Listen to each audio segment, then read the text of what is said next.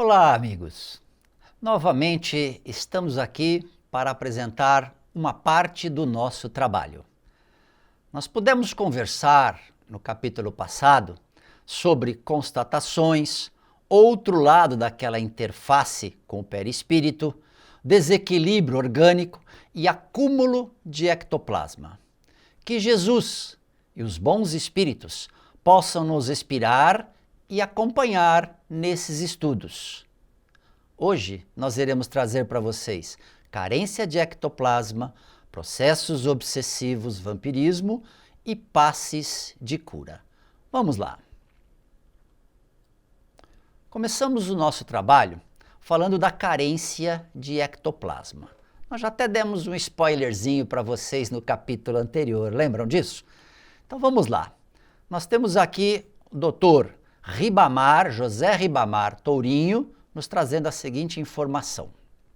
O transtorno do espectro autista, TEA, estaria ligado à escassez de ectoplasma, conforme Comunicação Espiritual, Centro Espírita Lar de Jesus, Piauí. E o trabalho desenvolvido pelo Dr. José Ribamar, que é médico, espírita, pediatra e psicoterapeuta. Ele trabalha no Núcleo de Terapia Transpessoal em Teresina, Piauí. Essa informação, eu demorei para tentar situar mais ou menos de quando seria, né? A publicação do primeiro Mediunesp, eles fizeram a primeira vez a reunião do Mediunesp, que é o encontro de médicos, né? Foi em 1997. E esse trabalho ele veio corroborando, apresentado, ou possivelmente num livro que falou desse trabalho de 1997. Então eu precisei que estaria no início dos anos 90, mais ou menos, essas informações que ele trouxe. Eu não consegui uma primeira edição, mas eu calculei que foi em 1998, mais ou menos, já que o Mediunesp foi em 97, e ele teve tempo de fazer esse trabalho, fazer o atendimento, pegar, constatar, relatar e agora escrever esse artigo. Né? É interessante perceber que ele teve um caso em que atendeu, esse caso demorou mais ou menos uns 6 meses para ter uma resposta melhor, né? Como ele diz aqui, através de passes e através de um realinhamento dos chakras, foi o método terapêutico que ele utilizou. Depois ele atendeu um segundo caso também, onde teve uma resposta mais rápida ainda, e depois não comenta, pelo menos nesse artigo, eu não consegui levantar se ele atendeu outras pessoas. Eu sei que ele também atende com terapia de vidas passadas na sua clínica, mas eu não tive mais notícia. Isso que ele trouxe para nós foi publicado nesse livro, Saúde e Espiritismo. É um livro bastante interessante, onde tem uma série de apontamentos da área médica ligados ao espiritismo. É a AME, né? Associação Médica Espírita. Vamos lá.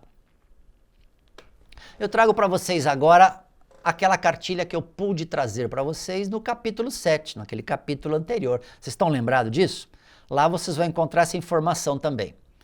O autismo é caracterizado por 2 atributos: a dificuldade na interação social e na comunicação, e a presença de comportamentos restritos e repetitivos.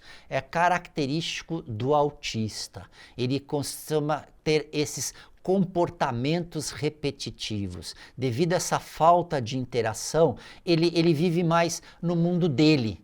Ele é difícil para se interagir com pessoas, às vezes é difícil de olhar no rosto das pessoas, ele vai vivendo num mundo assim, muitas vezes individual, mas como eu disse, varia muito do nível do espectro autista, né? Se é mais acentuado, se é menos acentuado, tem uma variação nesse sentido.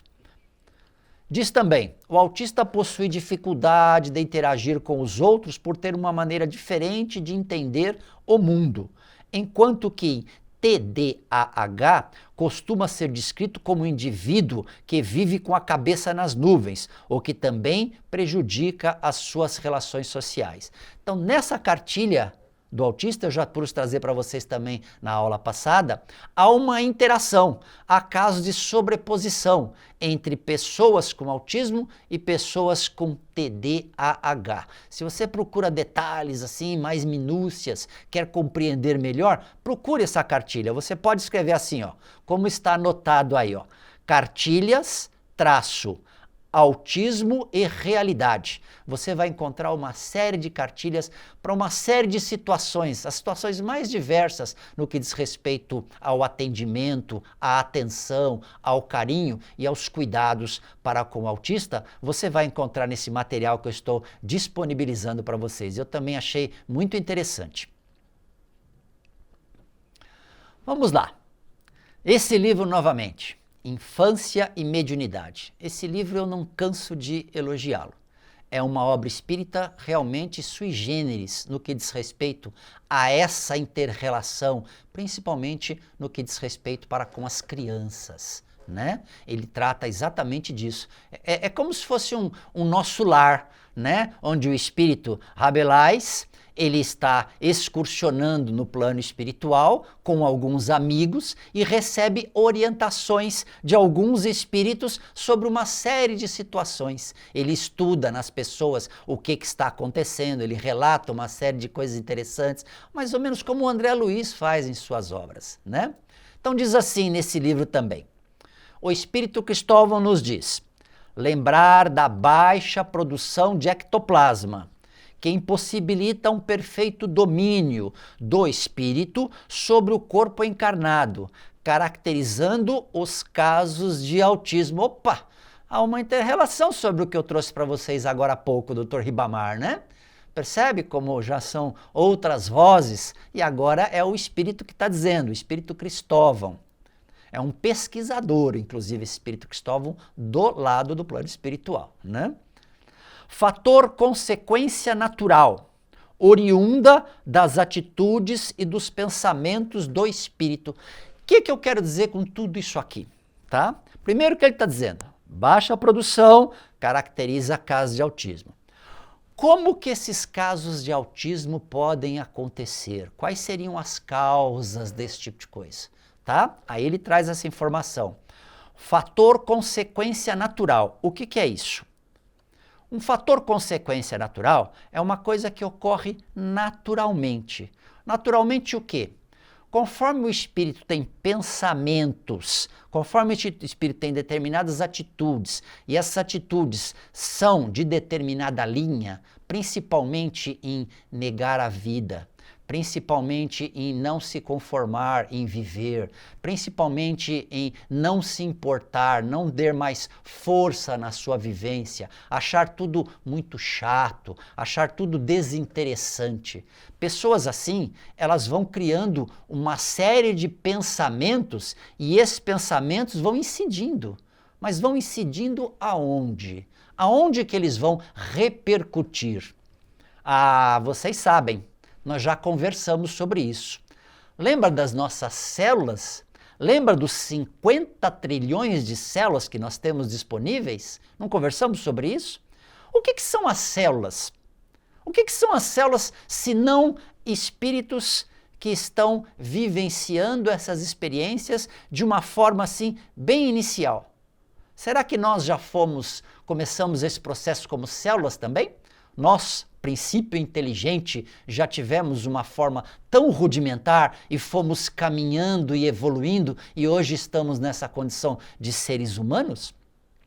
Se nós temos 50 trilhões de células e nós começamos a ter uma série de pensamentos negativos, de desapego à vida, não desapego, de desinteresse pela vida, desculpe, de desinteresse pela vida, você não acha que essas células, que são seres microscópicos, mas com uma inteligência rudimentar, sobre a égide da sua inteligência, vão captar essa mensagem?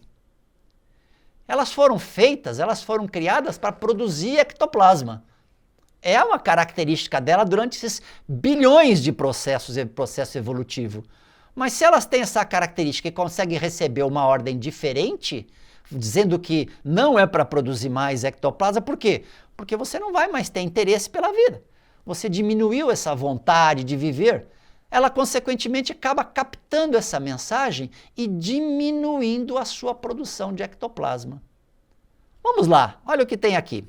As células, por imposição do automatismo fisiológico, que é aquisição espiritual, aprenderam a produzir ectoplasma para a manutenção da vida encarnada. Isso é um mecanismo normal do processo evolutivo. Para ter vida tem que ter ectoplasma, para se prender à matéria. Tá? Agora, se começa a receber ordens contrárias, o que vai acontecer? Aí vocês têm uma representação um pouco melhor da nossa famosa mitocôndria. Lembra dela? Então você tem a mitocôndria como sendo uma célula procarionte. Nós falamos, acho que no primeiro ou segunda aula, no módulo nosso, né? O que é a célula procarionte? Foi criada há 3 bilhões e 600 milhões de anos. Tá? Depois essa célula foi evoluindo. Aí criou-se a eucarionte. E essa procarionte foi englobada pela eucarionte, quer dizer, aqueles que estavam mais adiantados englobaram esses mais atrasados evolutivamente, tá? E a partir daí criaram simbiose, trabalhavam juntas, lembram disso? Uma protege a outra e a outra produz energia para uma. Mas nós estamos falando da mesma coisa, que foi evoluindo. Enquanto vão sendo criadas outras mais rudimentares, outros vão nesse processo evolutivo, vão ascendendo cada vez mais nessa escala. Mas aqui não para de criar nunca, não é assim?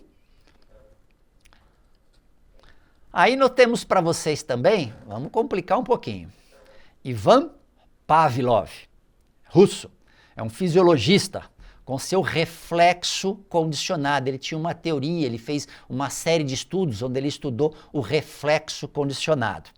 E ele nos demonstra que tendemos a repetir lições e procedimentos habitualmente executados, ou seja, aquilo que é aprendido, célula, por exemplo, um animal pequeno, um animal médio, aquilo que eles aprendem, ele acaba virando uma parte do cotidiano deles e acaba fazendo automaticamente isso.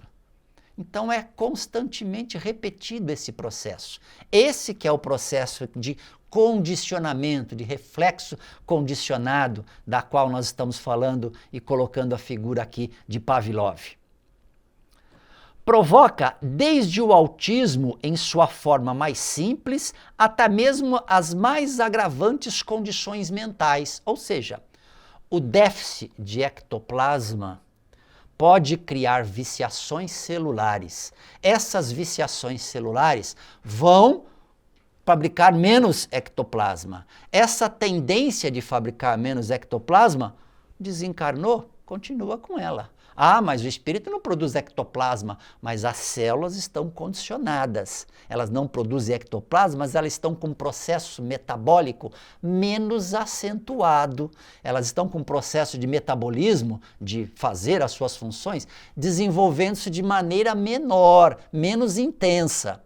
Se a pessoa tiver um período de intermissão que seja mais curto, ou seja, um período entre uma encarnação e outra que seja mais curto, ela volta, essas células ainda estão condicionadas desse jeito. Que tipo de mensagem ela vai estar passando? Produzir menos ectoplasma, não é isso? Produzindo menos ectoplasma, casos de crianças de autismo. Percebe como as coisas são implicadas? O que pode estar causando tudo isso? Tem uma série de coisas. Veja bem, aqui nós estamos apenas especulando, mas a nossa sociedade, por exemplo, se alterou bastante. Nós não podemos deixar de lembrar que hoje em dia é muito comum a mulher ter que trabalhar fora de casa. A mulher muitas vezes é o sustento da família, você tem lares que tem uma pessoa só, e às vezes não dá para dispor a mesma atenção àquela criança, né? A criança às vezes fica um tanto quanto mais largada, né? É muito comum hoje em dia, isso aí já viu uma pesquisa que eu achei muito interessante. Essa pesquisa era assim, as pessoas pegavam criança, foi na Inglaterra, a pessoa pega a criança, 7 horas da manhã, pegou a criança, nem troca a criança, pega e já leva na creche. A criança vai lá, chega à creche e troca, dá os cuidados, tudo direitinho e tal, e a criança passa um dia lá na creche. Aí, vira e mexe, põe a criança para dormir, para ter o soninho da tarde ou para ficar mais tempo descansando. Por quê? Porque, infelizmente, tem profissionais que trabalham também em creche que não querem ter tanto trabalho.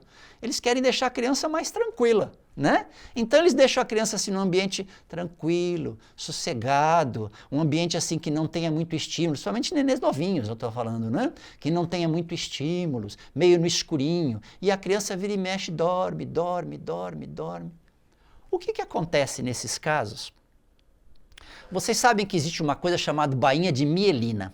Bainha de mielina é um revestimento gorduroso que reveste os neurônios. Acontece que de 0 a 3 anos se desenvolve bastante essas bainhas de mielina. Acontece que o que faz com que aumenta essa quantidade de espessura da bainha de mielina? Quanto mais espessa a bainha, mais rápido é o estímulo elétrico dentro dos neurônios. Ou seja, a criança é mais vivaz, é mais perspicaz, né? Mas conforme essa bainha é mais fina, é mais rala, vamos dizer assim, o estímulo se conduz de maneira muito mais lenta. E o que se descobriu que conduz esse estímulo? Exatamente a capacidade de percepção das coisas, o aprendizado, você dá estímulos para a criança conhecer o mundo, aprender as coisas. Isso é que faz com que haja um espessamento dessa bainha. E acontece uma outra coisa, o que a gente chama de poda neural. Poda neural, que nome esquisito, né? Pois é, poda neural seria como se fosse um desligamento de todos aqueles neurônios, aquelas cadeias neurológicas, aquelas interligações que não são utilizadas. O organismo precisa economizar energia e o cérebro consome muita energia. Então o que acontece? Por volta dos 2 anos e meio, 3 anos, entre 2 e 3 anos, ocorre a primeira poda neural, ou seja, eliminação dessas cadeias de neurônio. Se você elimina essas cadeias, por quê? Porque elas não foram devidamente estimuladas. Por que não foram devidamente estimuladas? Porque também não produziu estímulos para ela produzir a quantidade de bainha de mielina e não passa muito estímulos por essas ligações. Não há outras interligações e ocorre essa poda neural. Consequentemente, constataram que crianças que passaram por esses processos em creche, elas começaram a ter um atraso de cognição. Um atraso de conhecimento. Percebe quanta coisa está interligada? Percebe quanta coisa corresponde a tudo aquilo que nós estamos falando? Mas vamos lá, vamos continuar o nosso trabalho. Vamos lá. Comenta também sobre o passe. Junto a crianças que sofrem de autismo e que a doação de ectoplasma objetiva socorrer o déficit funcional de produção do elemento vital. Olha só o que ele está trazendo para nós também. Então, junto a crianças que sofrem de autismo, quando você doa ectoplasma para crianças que apresentam esse tipo de problema, o problema do autismo, tá? Visa socorrer esse déficit funcional para o quê? Para ela receber esse autismo, esse ectoplasma e, consequentemente, poder começar a interessar-se mais pelas coisas do mundo. Poder provocar uma união melhor entre perispírito e corpo físico. Mas só isso resolve? Não, mas já é um início, já é um processo terapêutico interessante, somado a outras coisas, pode trazer um resultado fantástico. Pode trazer um resultado muito bom no desenvolvimento dessa criança. Mas escuta, será que já se faz isso atualmente? Será que há pessoas trabalhando com isso, dizendo isso para a gente começar a confirmar essas informações? Vamos lá, olha o que eu trago para vocês aqui. Magnetizadores em instituições têm aplicado passes em crianças com TEA e constatado uma melhoria muito expressiva. A lista de espera é muito grande. Sociedade de Estudos Espíritas, Ana Cristina Vargas, em Pelotas. Eu conheci essa profissional, ela é muito inteligente, ela tem um trabalho muito interessante, ela é advogada, inclusive. Tá? Ela trabalha em Pelotas, Rio Grande do Sul. Dezenas de pacientes com TEA, tratando com técnicas de magnetismo adaptado. Trabalha com autistas há mais de 20 anos. E é um trabalho interessante, porque imagina você dar passe em pessoas autistas. Muitas vezes você não consegue uma interação com elas, tem que ir indo atrás dar o passe, mas ela com adaptações, né, ela desenvolveu já técnicas nesse sentido, onde ela tem conseguido, ela e a equipe dela, tem conseguido resultados muito interessantes, dando atendimento para pessoas autistas, onde consegue uma interação maior dessas crianças com os pais, com os profissionais. Não é interessante? É uma perspectiva bacana para a gente começar a pensar um pouquinho? Mas vamos lá, ela com toda essa dificuldade, mas ela consegue. Mas tem mais. Instituto Espírita Paulo de Tarso, tá? Em Aracaju, Sergipe, Marcela Colossi e sua equipe. Ela também faz esse mesmo tipo de atendimento em Aracaju. A Ana Maria Vargas, há pouco tempo eu consegui conversar com ela e ela disse que está realmente fazendo nesse trabalho. Eu não consegui contato, eu não tenho contato direto com a Marcela Colossi, tá? Mas eu achei muito interessante e uma dica que eu vou passar para vocês, Opasse/filme. Digita isso na internet, exatamente assim.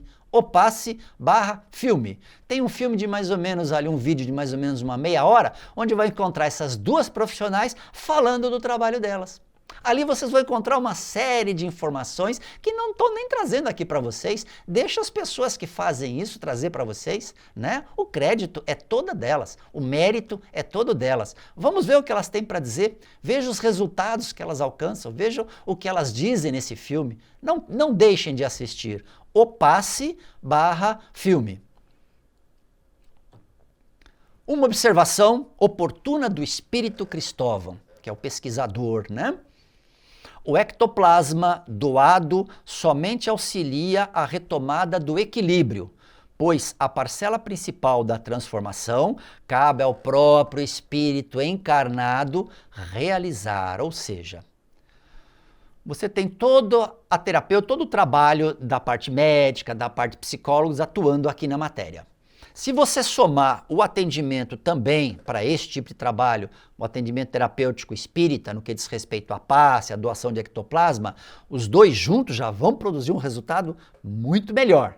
Agora, é importante entender que a origem de tudo isso é muitas vezes do próprio espírito, dos pensamentos do espírito, que refletem no perispírito, que refletem no corpo físico, no corpo vital ou no corpo energético e que refletem no corpo físico. Então tudo isso ajuda, mas o que vai realmente resolver o problema é essa maneira de pensar, maneira de agir que esse espírito tem. É interessante parar e pensar um pouquinho sobre tudo isso, sobre essa interligação toda, né? Vamos lá, o passe, por outro lado, auxilia na dispersão de fluidos excedentes que passam a ser mal utilizados. Sendo assim, surtiria efeito positivo em qualquer uma das situações, excesso ou falta, já que somos sempre assessorados por espíritos que acompanham cada caso com conhecimento de causa, mas somos todos enfáticos em afirmar que ainda precisamos avançar muito em tais conhecimentos. Estima-se atualmente um caso de TEA para cada 66 nascimentos. Relatório do Sistema de Vigilância TEA, Canadá, 2018. Com incidência bem maior em meninos, 4:1, 4 meninos para uma menina. O número de casos vem aumentando assustadoramente. E novamente aí, ó, cartilhas, autismo e realidade. No estudo publicado mais atual, fala que já é 1 para cada 66, tá? Aliás, é o que nós estamos trazendo aqui, né? Mas a rede CDC, que é o Centro de Controle e Prevenção de Doenças dos Estados Unidos, publicou um novo relatório. Eu até anotei aqui para trazer algumas coisinhas para vocês, sobre a prevalência de TEA do espectro autista em crianças de 8 anos de idade, que se considera em uma porcentagem de casos diagnosticados, com uma relação total já muito alta. Agora é 1 para 59, ou seja, do ano 2000, do ano 2020, já temos uma situação mais agravada ainda do que essa que nós estamos falando aqui, de 1 para 66, agora é 1 a cada 59 crianças. Vejam que gráfico eu trago para vocês agora. Percebem? Isso é um gráfico extraído da internet, numa pesquisa que eu peguei e anotei para mim. Eles fizeram uma pesquisa envolvendo 3 lugares, a Ilha Príncipe Eduardo, Terra Nova e Labrador, 3 localidades no Canadá. E eles puderam constatar a incidência dessas condições. Olha que vocês estão vendo aqui, olha. Então você tem 3 gráficos. Isso acontece em Príncipe Eduardo, em azul escuro. Essa com esses tracinhos ali em branco e verde seria exatamente na Terra Nova, ou Newland. E você tem QC, que é em Quebec, no Canadá. Esse que seria em azul mais claro. Percebe como de 2003 para 2015 evoluíram.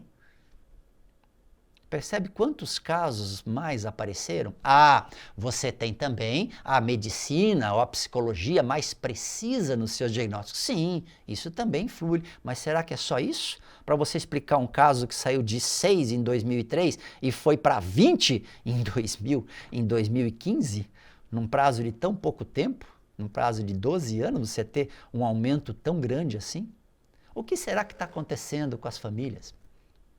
O que será que está acontecendo com as inter-relações humanas?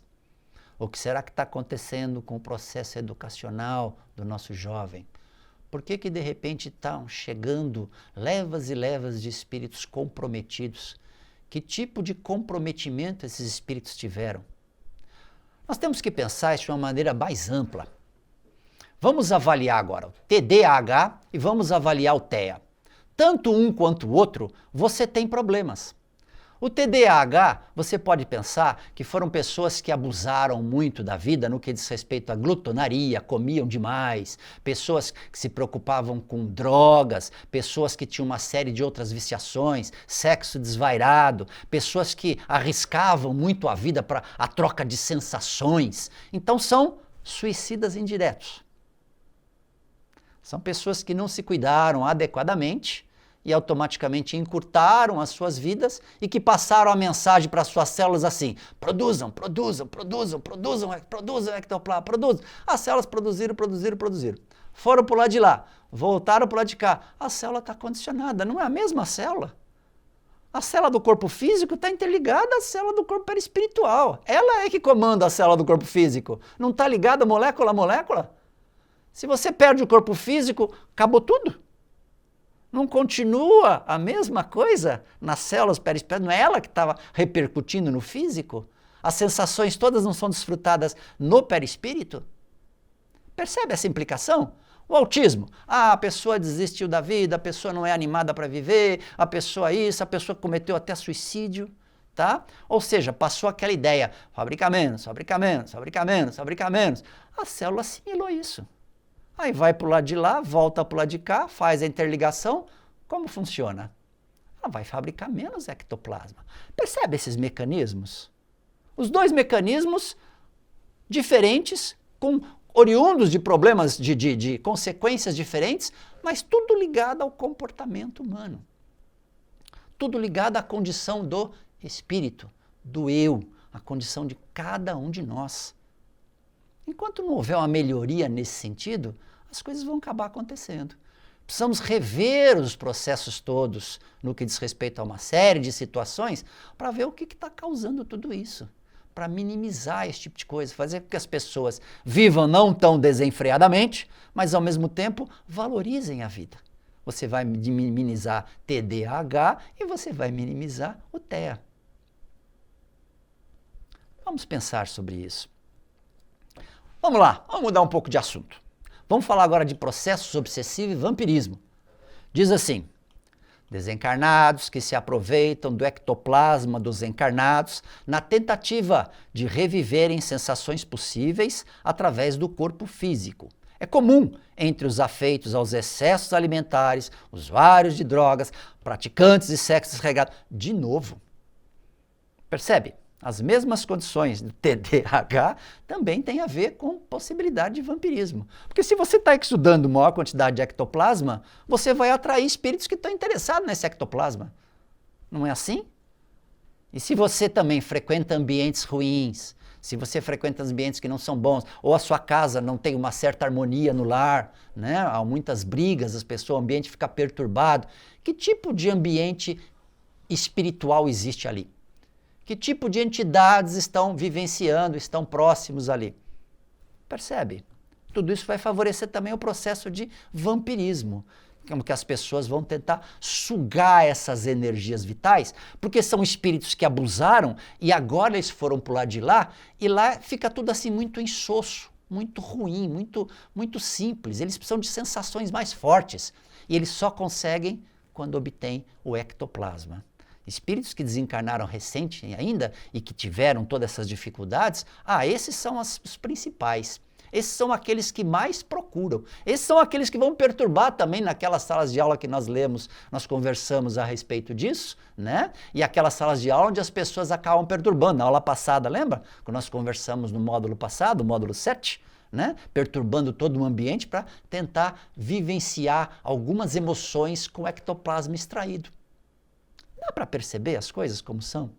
Nós temos que fazer essas ligações. É importante, nós somos espíritas, nós acreditamos nisso, nós conhecemos isso. Só precisamos ir raciocinando com mais profundidade, com mais corpo, para entender realmente essa relação de causa e efeito.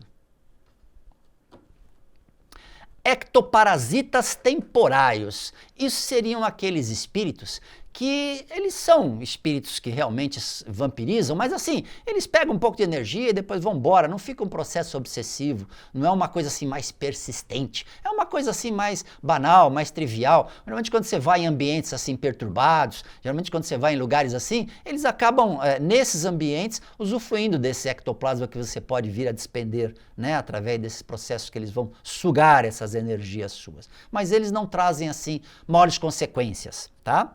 Agora, existem outros tipos. Endoparasitas.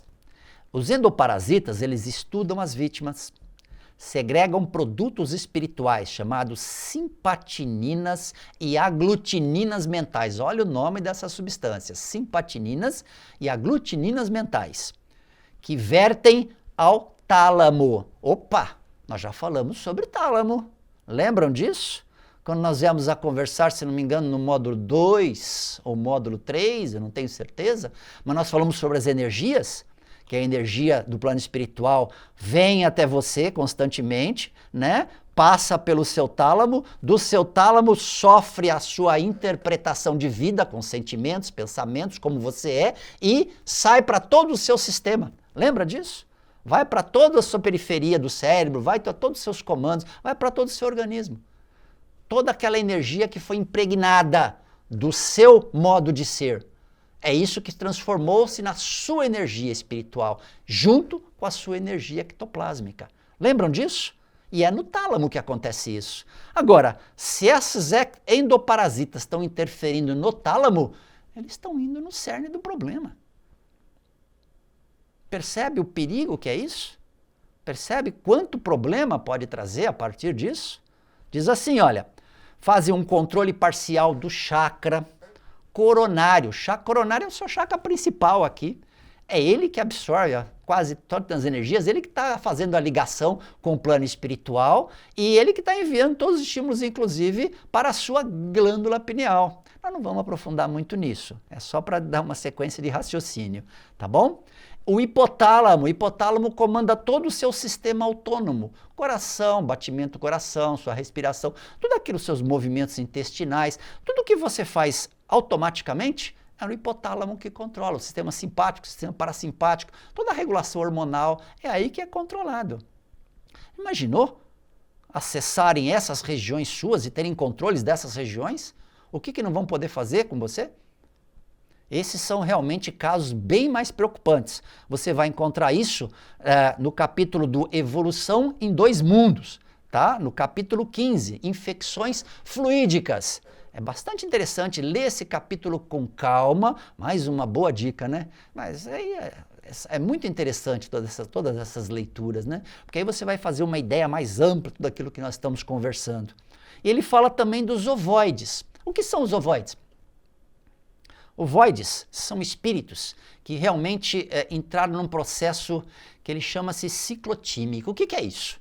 É um comportamento intrusivo, muito introspectivo, muito ele com ele mesmo. E isso vai criando uma atrofia no seu perispírito e vai fazendo com que ela tenha características assim, como se fosse um ovo. perde aquela forma humana, o perispírito. Os processos de hipnose, principalmente no plano espiritual, induzem muitos espíritos a adquirirem esse formato. Por quê? Porque outros espíritos se utilizam desses ovoides para anexá-los a determinadas pessoas que eles queiram, encarnados e desencarnados, principalmente encarnados, onde eles queiram que fique ali. O que esse ovoide faz grudado no perispírito de uma pessoa? Ele vai sugando energia. Olha, novamente, ele vai sugando energia. E é muito comum você ver nos relatos dos livros de André Luiz pessoas com 2, 3 ovoides desse grudado. Muito comum, né? Não é um processo assim cotidiano, mas isso acontece com uma certa frequência. É um mecanismo utilizado para criar uma grande perturbação do plano espiritual no plano físico. Não é interessante saber dessas coisas todas? Vampirismo na escola. Conseguíamos agora compreender o significado da agitação inicial por parte de alguns desencarnados.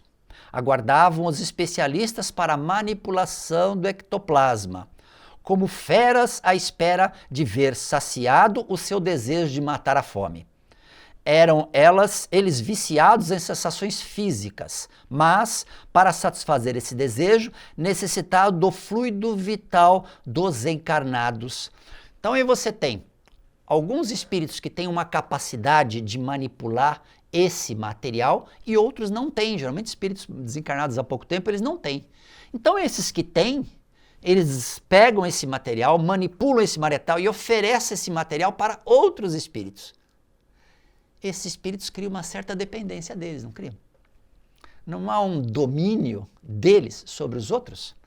Conhecimento é poder. Se esses têm o conhecimento para trabalhar e para remoção e para o trabalho desse tipo de material, captar esse tipo de material, os outros vão depender dele, não vão?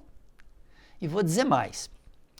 Nesses processos obsessivos de vampirismo, uma das grandes dificuldades é encontrar sintonia. O ectoplasma ele tem uma diversificação muito grande. E o espírito tem que encontrar sintonia afinidade entre ele e aquele que vai doar, ainda que de uma forma que não está concordando, né? Mas tem que ter sintonia. Muitas vezes é comum você ver espíritos até protegerem as pessoas que eles retiram energia, porque dá trabalho. Dá trabalho para eles encontrarem uma outra pessoa que tenha o mesmo padrão vibratório ou um ectoplasma que venha satisfazer as necessidades daquele espírito. Não é comum encontrar, não é fácil se encontrar. Então, às vezes até protege, impede que outros espíritos o assolem e ele fica ali, só ele, sugando aquela energia, porque para trocar, às vezes demora mais para ele encontrar uma nova vítima onde ele possa vir a sugar energia. Pense sobre isso também. Passe de cura. Vamos lá. Substituir uma molécula malsã por uma molécula sã, encarnado fornecendo as suas próprias energias ectoplásmicas mais energias espirituais dos desencarnados. Reparos com perispírito, de resposta mais tardia no corpo físico que contém a desarmonia. Substituir uma molécula malsã, uma molécula que não está boa, uma molécula que tem defeito, por uma molécula boa, uma molécula saudável, uma molécula sadia. Encarnado, plano espiritual, os dois atuando juntos, dando passe, igual essa figurinha que vocês estão vendo aí, ó. Tá? Então aí você tem a soma das energias espirituais da entidade, do espírito desencarnado, a soma principalmente do ectoplasma do encarnado, transferindo essas energias para aquele que está receptivo a elas, para aqueles que estão aceitando essas energias. E aí você tem o trabalho do passe espiritual. Mas esse trabalho é imediato, já produz um efeito na hora, quando você tem algum problema físico, alguma doença, etc e tal? Não. Geralmente demora. Por quê? Porque esse passe é dado a nível de perispírito. O perispírito está desarranjado, o corpo vital de energia também e o corpo físico também. Se você dá essas energias para o corpo perispiritual, essas moléculas vão atuar no corpo perispiritual, vão reorganizar esses tecidos. Essa reorganização vai refletir no perispírito, no corpo vital, o corpo energético, e daí vai refletir no físico. Daí que há essa demora de transição dessa situação, numa situação de desconforto, que é primeiro arrumada a nível perispiritual, reflete no corpo de energia e reflete no corpo físico. Por isso que o trabalho, muitas vezes, não é imediato para determinados tipos de problema. Agora tem outro tipo, diz assim: em outras situações, a presença de um mau fluido que desagrega, por assim dizer, e perturba a atuação na economia orgânica, desaparecida a causa do mal, o equilíbrio se estabelece. Opa, aí já é um processo mais imediato. Porque não eram anomalias que você tinha nos tecidos perispirituais. Era um fluido pernicioso que estava impregnando aquele ser, aquele perispírito, e uma vez retirado aquele fluido, ele consegue desenvolver suas funções normalmente. As funções só estavam meio conturbadas, meio perturbadas, meio alteradas devido à presença desse fluido. Você tira o fluido, automaticamente já melhora a pessoa. Aí você tem uma cura assim mais imediata. Você vai encontrar isso no livro Gênesis novamente. Olha lá, capítulo 14, curas imediatas, que são bem mais raras do que aquelas que nós conversamos anteriormente.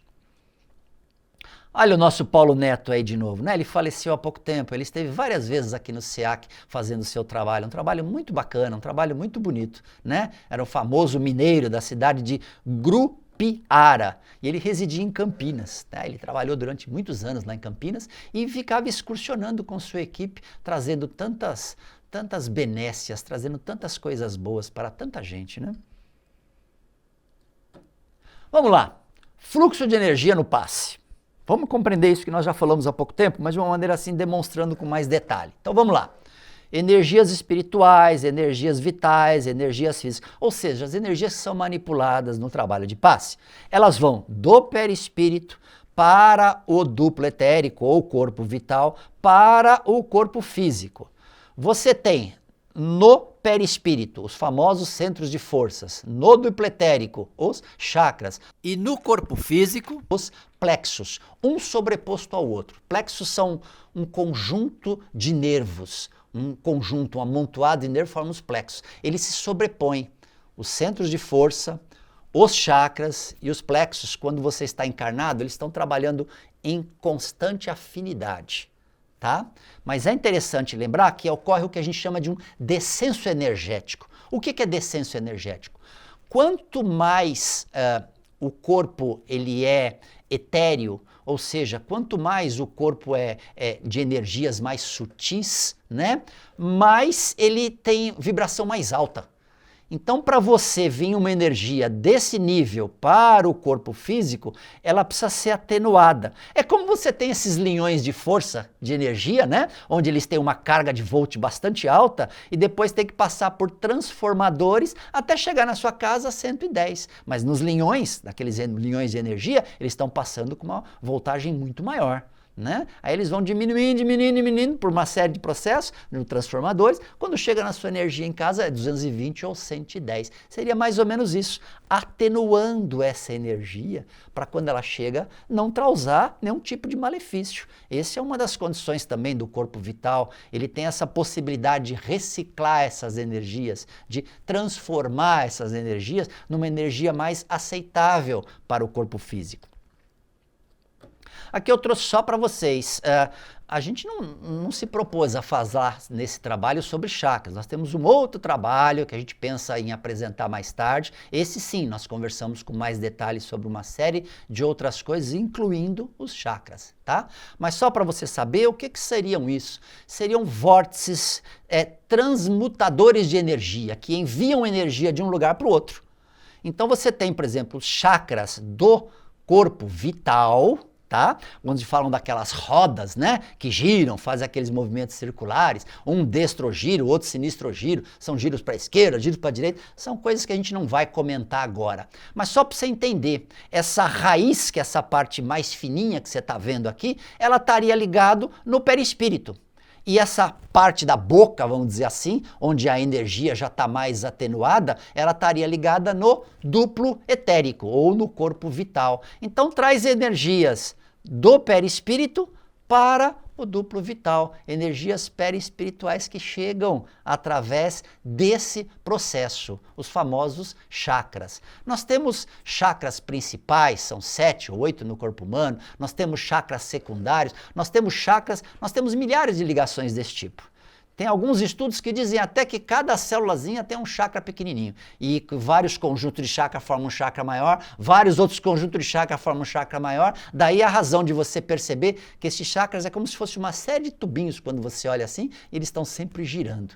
Mas isso não é motivo do nosso trabalho. Só trouxe essa figura para vocês verem a raiz dele entranhado nessa região. Não é na coluna que ele está, né? Aqui está porque você não tem uma visão do perispírito aqui, mas ele está ligado no perispírito. E ele está irradiando para esse corpo vital, essa boca maior, essa roda aí, né?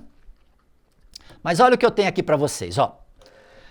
Energias perispirituais vitais do passe são processadas no perispírito do receptor e restituem o equilíbrio do perispírito, fluem pela raiz dos chakras, aflorando no corpo vital, reconstituem energeticamente o corpo vital, fluem pela rede nadis, nós já conversamos sobre isso, para o corpo físico.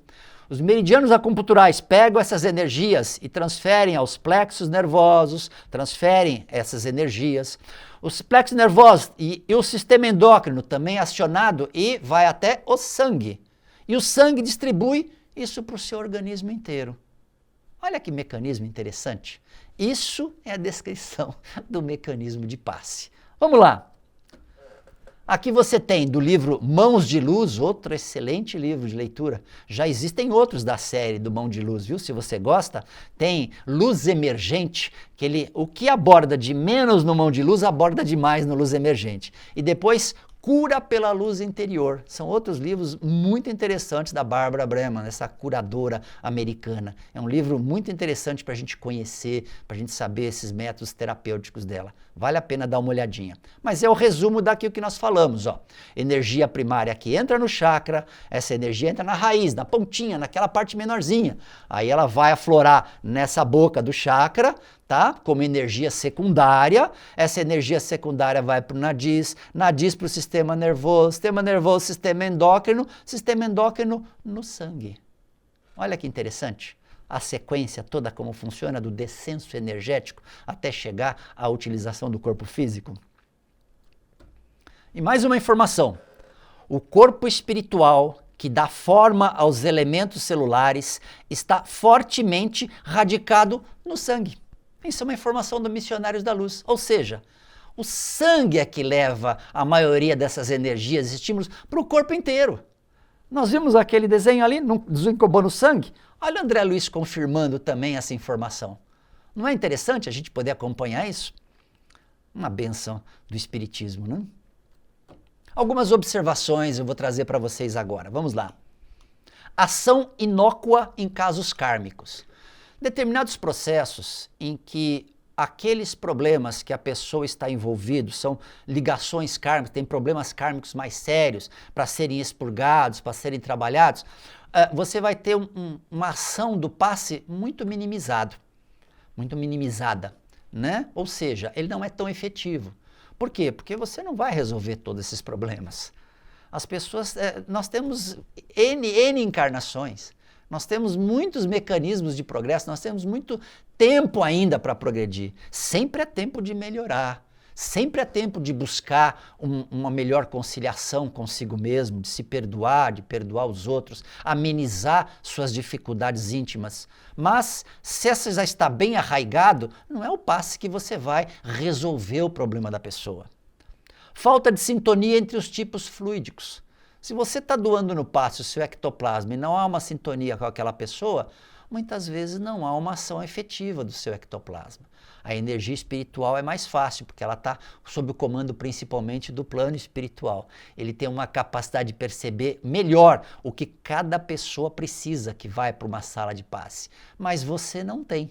né? Então, o seu ectoplasma ele pode ser melhor utilizado ou utilizado de uma maneira assim não tão efetiva, porque não há essa sintonia. Isso você vai encontrar em Gênese, no capítulo de fluidos do livro da Gênese. O fluido curador, verdadeiro agente terapêutico, cujas qualidades variam conforme o temperamento físico e moral dos indivíduos que o transmitem. Quem é que impregna esse fluido? Não é você? Então, as suas características são as características que estão implícitas naquele fluido que você está despendendo. O seu bom humor, seu mau humor, seu comportamento positivo, seu comportamento negativo. Enfim, tudo isso é que vai compor aquilo que sai de você, no seu ectoplasma, na sua energia, quando você está dando esse passe misto, né, conjugado.